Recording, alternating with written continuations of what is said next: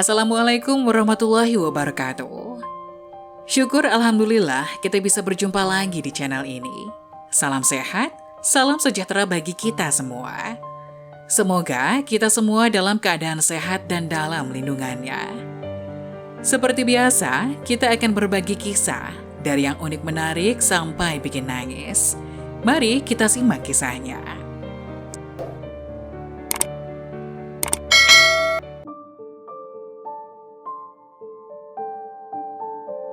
Sholat 60 tahun tapi tidak diterima, ternyata ini sebabnya. Urusan sholat bukan perkara biasa. Siapa yang menganggap remeh kewajiban yang satu ini, maka Allah pun tidak akan memandangnya pada hari kiamat. Ada satu pesan dari Rasulullah tentang orang yang sholat selama 60 tahun, tapi tidak diterima. Kenapa bisa demikian? Coba bayangkan, apabila sholat kita tidak diterima selama 60 tahun, menyedihkan bukan? Nabi Shallallahu Alaihi Wasallam dalam satu hadisnya bersabda bahwa umur umatku antara 60 hingga 70 tahun. Sedikit orang yang bisa melampaui umur tersebut. Hadis riwayat Ibnu Majah. Penyebab sholat selama 60 tahun tidak diterima ternyata karena hal sepele ini. Di antara kesalahan besar yang terjadi pada sebagian orang yang melaksanakan sholat adalah tidak tumak ninah ketika sedang sholat. Nabi Shallallahu Alaihi Wasallam menganggapnya sebagai pencuri yang paling buruk. Sebagaimana disebutkan dalam Misnad Imam Ahmad dari Nabi Shallallahu Alaihi Wasallam bahwa beliau bersabda, sejahat-jahatnya pencuri adalah yang mencuri dari sholatnya. Para sahabat bertanya, wahai Rasulullah, bagaimana bisa mencuri dari sholat? Rasulullah berkata, dia tidak sempurnakan ruku dan sujudnya.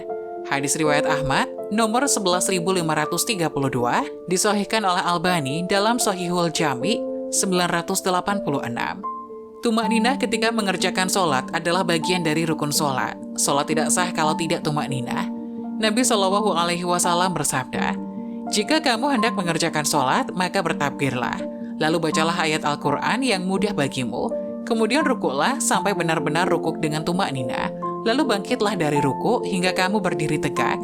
Setelah itu sujudlah sampai benar-benar sujud dengan tumak ninah. Lalu angkat kepalamu untuk duduk sampai benar-benar duduk dengan tumak ninah.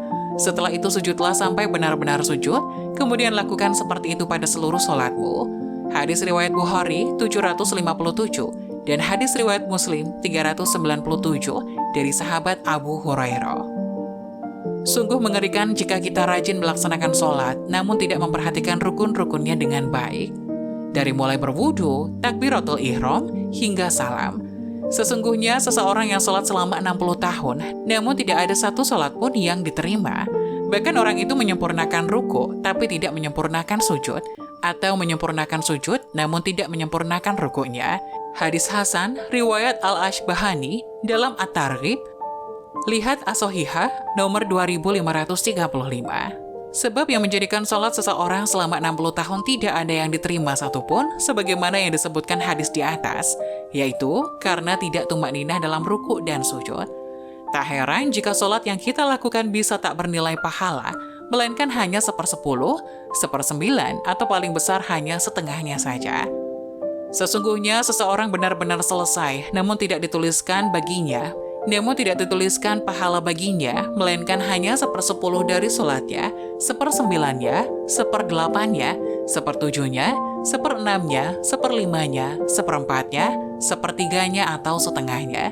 Hadis sahih riwayat Imam Abu Daud. Padahal amalan yang paling pertama dihitung kelak di akhirat adalah sholat.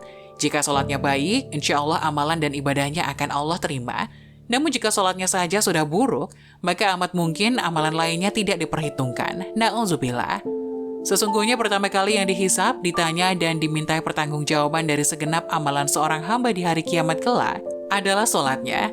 Bila sholatnya baik, maka beruntunglah ia, dan bila mana sholatnya rusak, sungguh kerugian menimpanya. Hadis riwayat Tirmizi. Maka marilah kita senantiasa memperbaiki amalan sholat kita, agar Allah melihat bahwasanya sholat yang kita lakukan tidak hanya sekedar gerakan tanpa jiwa, melainkan juga kita hadirkan hati kita ke hadapannya. Semoga kisah tadi dapat memberikan hikmah dan manfaat untuk penonton semuanya. Jangan lupa like, subscribe video ini, agar tidak ketinggalan info-info bermanfaat selanjutnya. Sekian dari kami, terima kasih. Wassalamualaikum warahmatullahi wabarakatuh.